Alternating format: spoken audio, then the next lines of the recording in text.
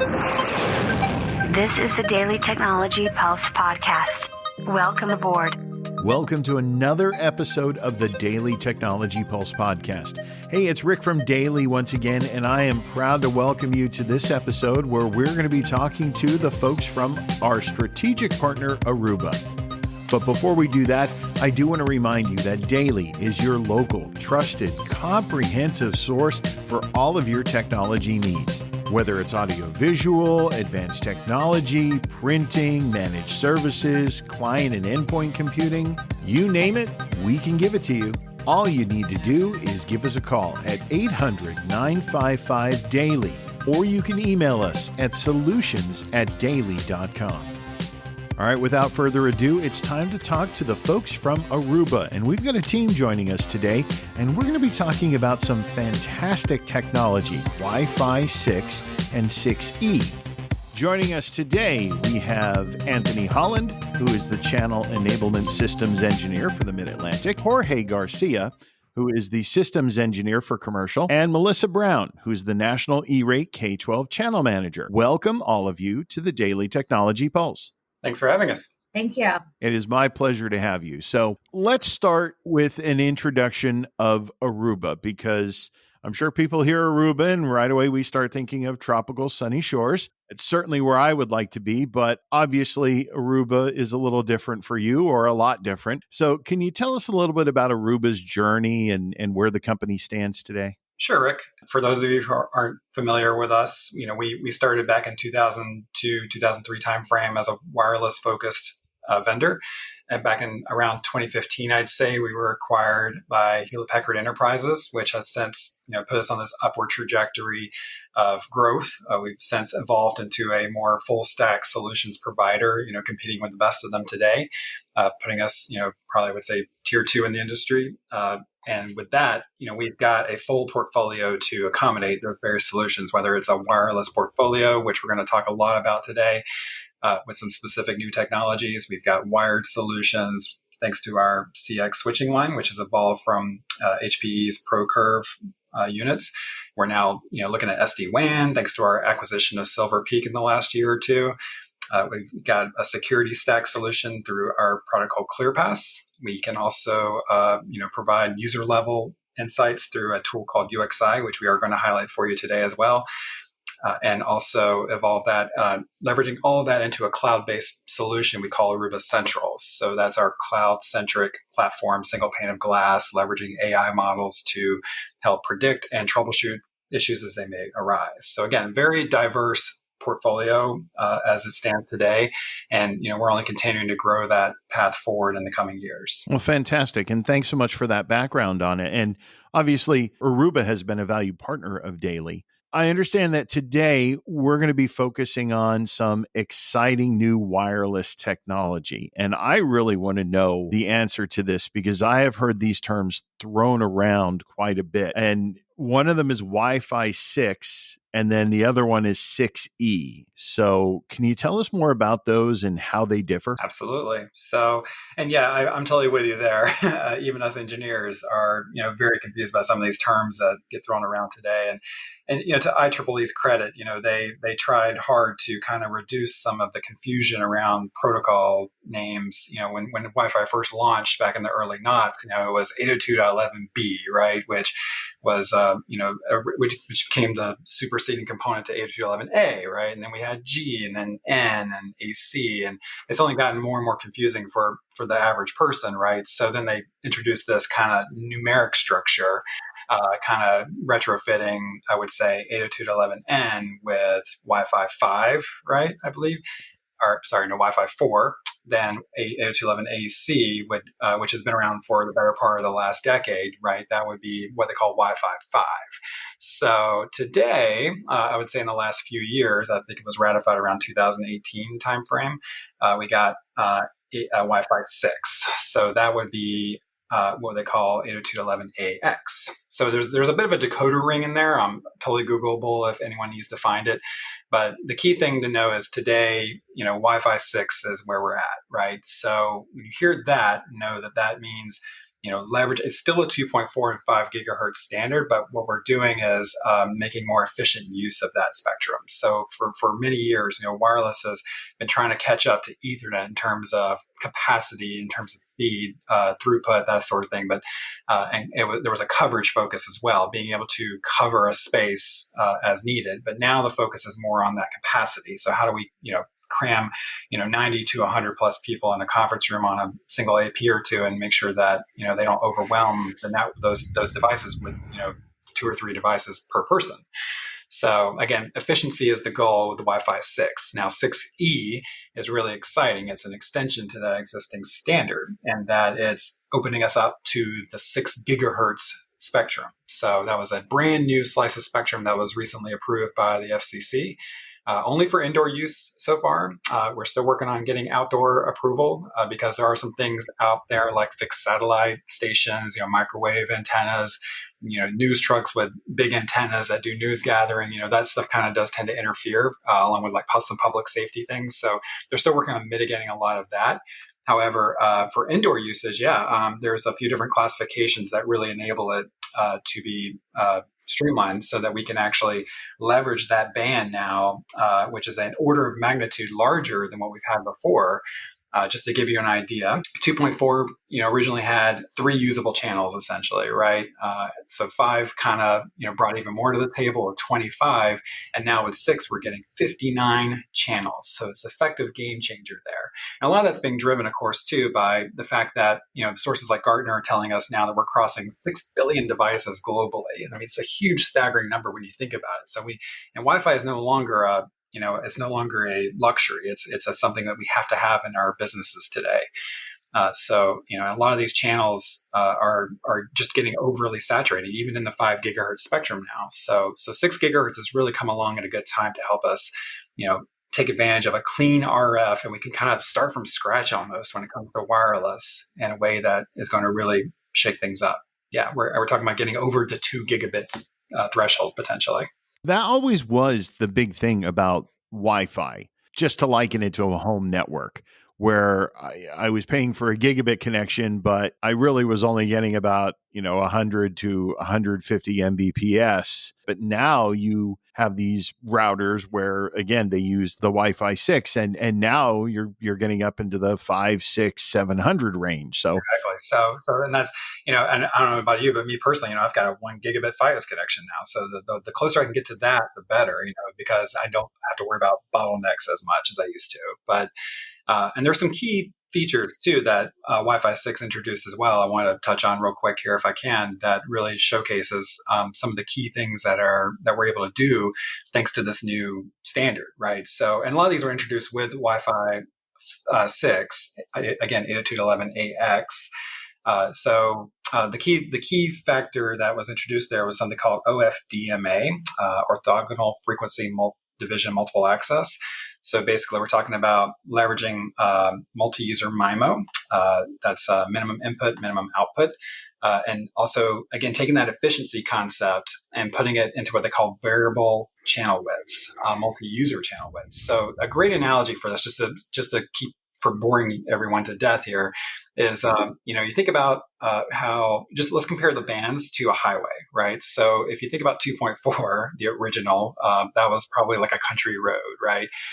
Whereas 5 kind of maybe got us into a 4-lane boulevard, right? Well, 6 is now getting us into that 8-lane freeway, like we're talking about, because we have this increased channel capacity. We've got all this new spectrum to play with, but also with OFDMA, we're also introducing an HOV lane essentially, right? So it's kind of impractical from a real world standpoint. But if you think about each lane being a channel, right, and then each truck, you can imagine a truck on that lane that would be your carrier, right?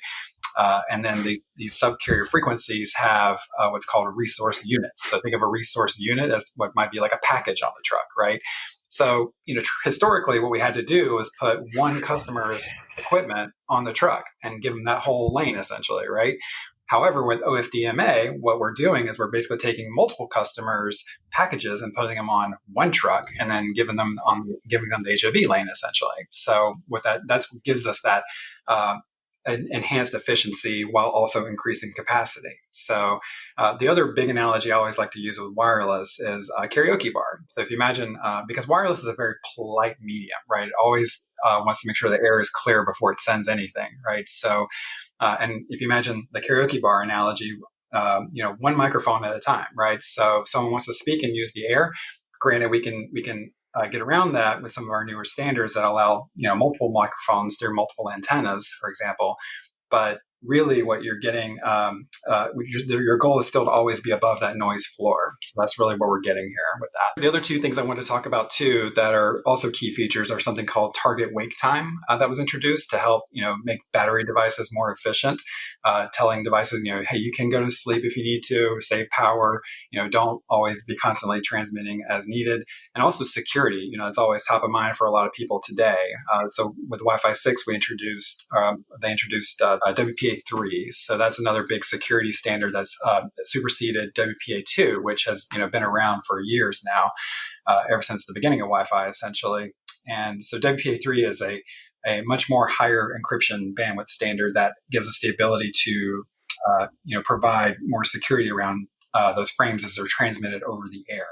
And that's kind of a caveat for some people because Wi-Fi 6E, with the introduction of the 6 gigahertz standard, requires that new security standard. So, and there are devices out there that don't support that yet. So, it's something to consider when designing for these new networks. All right. Well, I love those analogies. I mean, particularly when you're talking about the highway, because again, that's how we think. We never really realized the country road, not just a country road because it's small, it's got potholes and yeah, exactly. It's got there are some gravel parts where you turn off the paved road. So it got bumpy and bumpy and bumpy. And now it really does feel like, particularly when you're talking about on the enterprise level, Wi-Fi has gotten very smooth. It's gotten very responsive. It's no longer where you have to sit there and wait. And then you can always tell those organizations that are still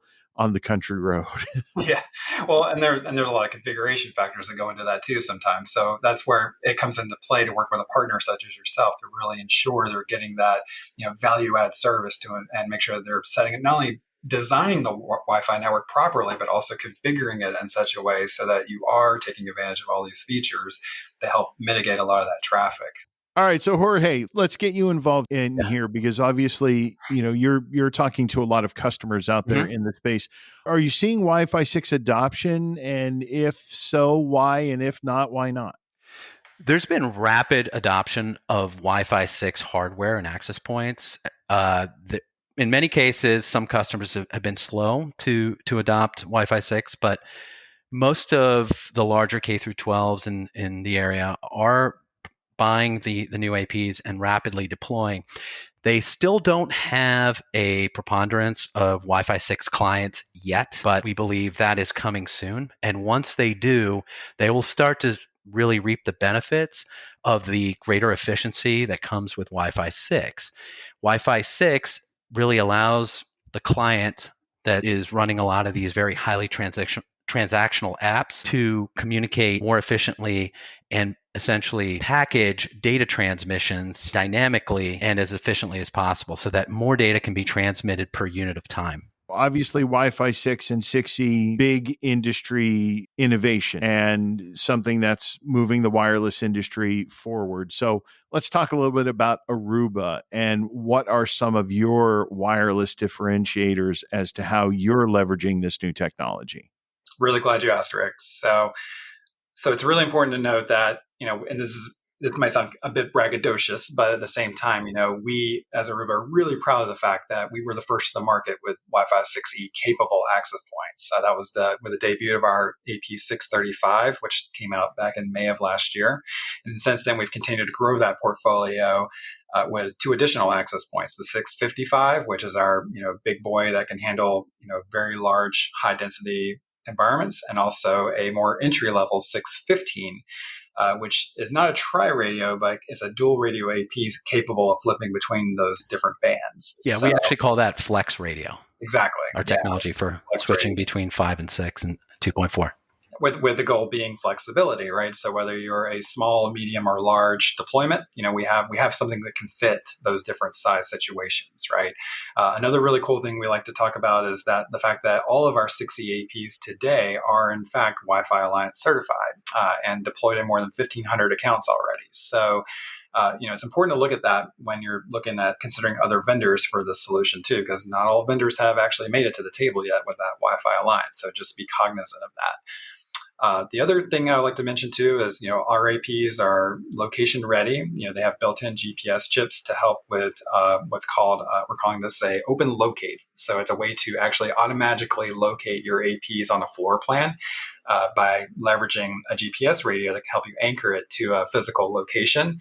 And then there's this new protocol too called Find Time Measurement, FTM, that will let you basically auto-coordinate triangulation between different 6E APs and also our 500 series, which are the Wi-Fi 6 capable APs. So even though those APs don't have GPS radios in them, they can coordinate with a Wi-Fi 6E AP to help locate those devices. And furthermore, because all of our APs come with built-in, IoT radios, Bluetooth, we can do things like help improve location services for clients as well, which is really cool. So yeah, and also in addition to that, all of our APs leverage our smart PoE features. The newer APs now have dual ports, so you can, cable them to more than one switch, as long as you're running loop protection protocols, and be able to do things like hitless failovers. So say a switch dies, it can fail over to the next switch without going down. There's intelligent power monitoring, so that if power PoE capabilities decrease for some reason, we can have the AP radios automatically adjust as needed to accommodate that. So if you run into a limited power budget situation, or maybe turn off the USB port if it's not needed, things of that nature, right? And finally, the other big thing I want to point out too is that since we have such a massive band to play with now, again, 59 channels, we've had to introduce this proprietary feature that we're calling ultra tri-band filtering, and works with another open standard called automatic frequency coordination. That's to help us minimize interference with the 5 gigahertz band. So if you're not familiar, there does exist a very small gap between 5 gigahertz and 6 gigahertz. It's about 50 megahertz wide. So that's huge, because that's important, because if you've got a 6 gigahertz AP on the lower end of that new spectrum and a 5 gigahertz AP running at the upper end of that spectrum, there might be some overlap there. So what this technology does is enable us to automatically coordinate using a platform like Aruba Central to determine those frequencies of those APs and mitigate that interference even further. So that just because you have 6 gigahertz deployed doesn't mean it's going to have a problem with a 5 gigahertz environment. So what that might look like on a map is APA has a lower 5 gigahertz channel versus APB having an upper 5 gigahertz channel with the 6 gigahertz potentially. I think something of that nature. It gets really, really technical. We've got an awesome blog out there that describes how it works. There was some great overseas testing done with our CTO recently. So really, really interesting stuff to consider. But that's kind of some of the key things that help set us apart. We've got a lot of great resources out there if you're looking for more information on that. I have to ask this because obviously with every new technology, one of the things that we hear from customers and prospects is my facility going to handle it? What do I have to do? I mean, do I have to bring Chip and Joanna Gaines in here to tear things down to the bare studs and rebuild the entire, whether it be the network or the infrastructure or whatever it is that I have to do?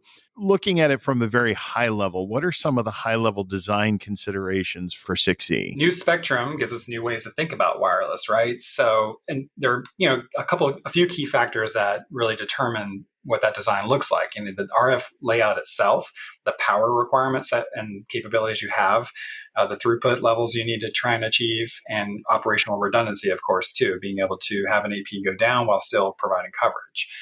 So, for many years, there has been a lot of great design standards around that and tools such as Ekahau to help design those layouts in the field or predictively with a high degree of accuracy, right? So, but 6E, again, being such a new band with a high throughput capability, gives us this now new consideration to consider for multi-layer designs. So what's really cool about that is, traditionally, you would host your networks, your SSID as it is on both bands, right? Your corporate SSID had to be on both 2.4 and 5 gigahertz, just to make sure if a device couldn't support one, it was available on the other, right? Well, now with tri-band radio access points, we can do things like maybe host just an IoT SSID on a 2.4 radio, and then host your corporate SSID on both 5 and 6, for example, or maybe offer a guest network on the 5 gigahertz, but not the 2.4, right? And that really helps distribute those clients more effectively and forces them to be more, I guess, compatible with a network. Because again, with wireless, you're only as good as your slowest device. So it's really important to keep slow devices contained while enabling faster devices to leverage all the lanes of the highway, right?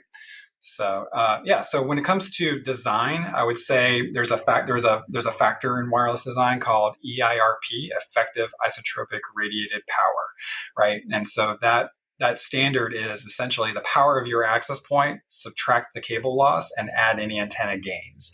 And that gives you a number, which again, tools like Echo can help you calculate when you're designing. But the magic number there is 20. So 20 dBm. So if your EIRP is above that number, again, lower is going to be better in this scenario. You might want to consider increasing your EP density to meet those requirements. However, if you're below, then the nuance between those bands is considered minimal for a typical indoor deployment. So, and again, also don't forget security requirements. So again, if you've got clients in your network that don't necessarily support WPA3, I mean, that could be a potential deal breaker until WPA3 is more prolific. However, it makes sense to go ahead and design with that consideration because the adoption rate on this is going to just skyrocket here in the next few years, I'm sure. We were really, really hoping that Apple would come out with the iPhone 14 as a way to, be the first Apple device to really support that. I think one of their newer iPads does support it, but for now, the iPhone is not one of those clients. However, Google's been on top of that with the new Pixels. Samsung's got phones that do it now. There are plenty of NICs out there that can support 6E. So, I mean, again, the adoption is there. It's going to happen. It's just a matter of being ready for it when it does. Also consider location too. So if you have a customer who's in Europe, for example, the full spectrum isn't quite there for them yet. They're still working on getting those additional channels approved.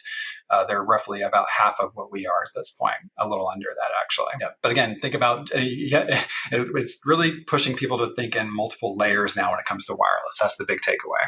Yeah, another thing that sometimes comes up is the underlying switching infrastructure. Yes, you need to consider whether you have enough power that you can deliver via PoE to the access point. So that really varies by the AP model. The 655 will require in excess of 30 watts. So you're going to need 802.3bt PoE standard at your switchboard. We have ways to mitigate the power needs by using what we call intelligent power management.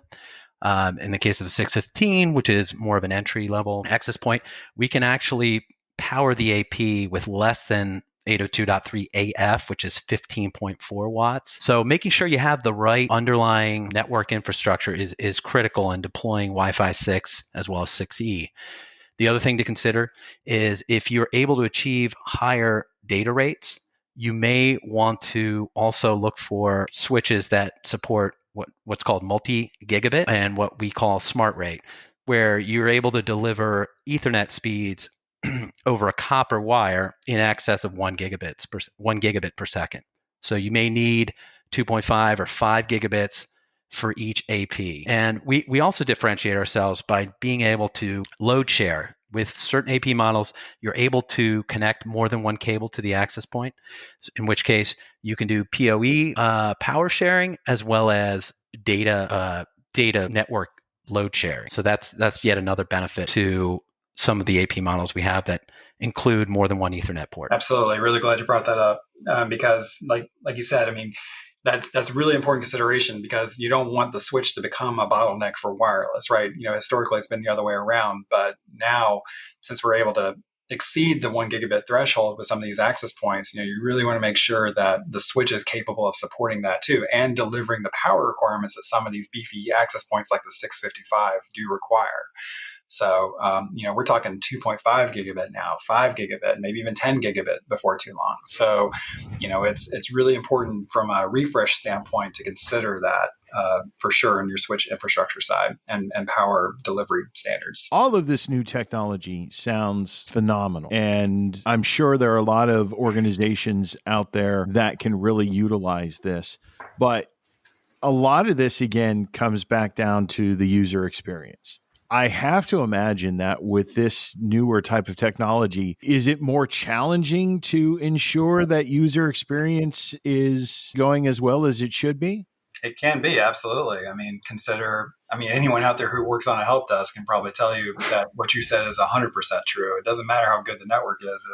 If the user's having a bad time, nobody's happy, right? So to that end, kind of shifting gears a little, we definitely want to highlight another product we have in our arsenal that can help mitigate some of that, right? So imagine, just put yourself in the scenario real quick, where a user calls up the help desk and they're like, "Oh, the Wi-Fi is garbage today," and you're like, "Well, why?" And they can't tell you why. They have no idea, right? And sometimes it's not even the wireless itself; it's something upstream that's having a problem. So what we did was we came up with a product through an acquisition of ours called Cape Networks, a really awesome company that we picked up that provided the capability to deliver a sensor. So it's a client-based sensor that kind of looks like an access point, but it really isn't. So just to describe to our users, our listeners, what UXI can do in a nutshell. Again, imagine putting yourself in that user scenario that's calling the help desk. Instead of trying to work with a user and seeing what the problem actually is,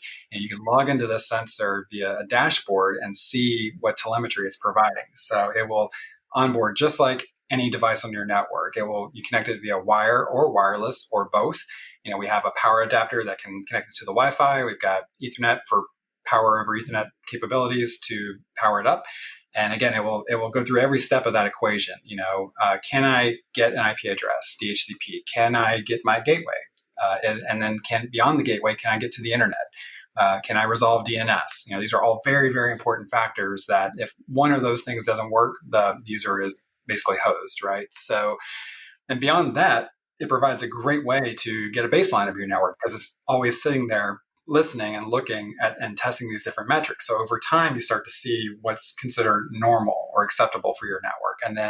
And now that we have that information, we can now start to do performance tests, or we can test applications too. Beyond that, the device itself can be configured to look at external websites, things like Netflix doing a speed test, see how throughput looks. It can look at internal websites that you specify. It can ping internal servers. You can leverage a Chrome extension to record your own tests. Go to this website and click this thing. That might be like a key internal website that you want to make sure is always working properly. Just things that can really affect that overall user experience. And again, it's all a single pane of glass. A vendor agnostic solution too at that, because what it can do for you is we can use this in any environment. We can say, it's kept separate from Aruba Central on purpose for that reason, even though we do have some integration, because you can go into this dashboard and see groups of sensors. You can create locations and see from a bird's eye view, if a particular location might be having a problem.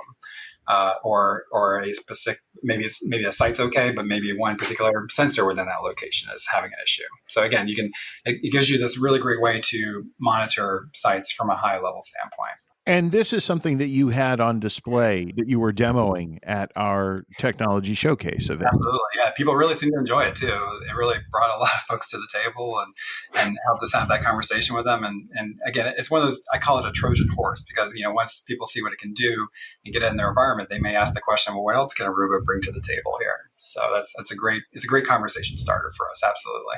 Now, Jorge, you see how this, ends up being boots on the ground. Yeah. So how would you say, have you seen adoption of this UXI tool, and how would you say that the tool has helped your customers in education sector or other verticals? So we have a few K through 12 customers in the area that are taking advantage of their UXI sensors to really get a handle on how the network is performing at each one of their locations, each one of their schools. The network administrator can log in the morning, get a global view of the entire school system. They can see green, yellow, red, and hone in proactively on any trouble spots. They can get notified if there's a network performance problem. They're noticing high levels of jitter, delay, packet loss.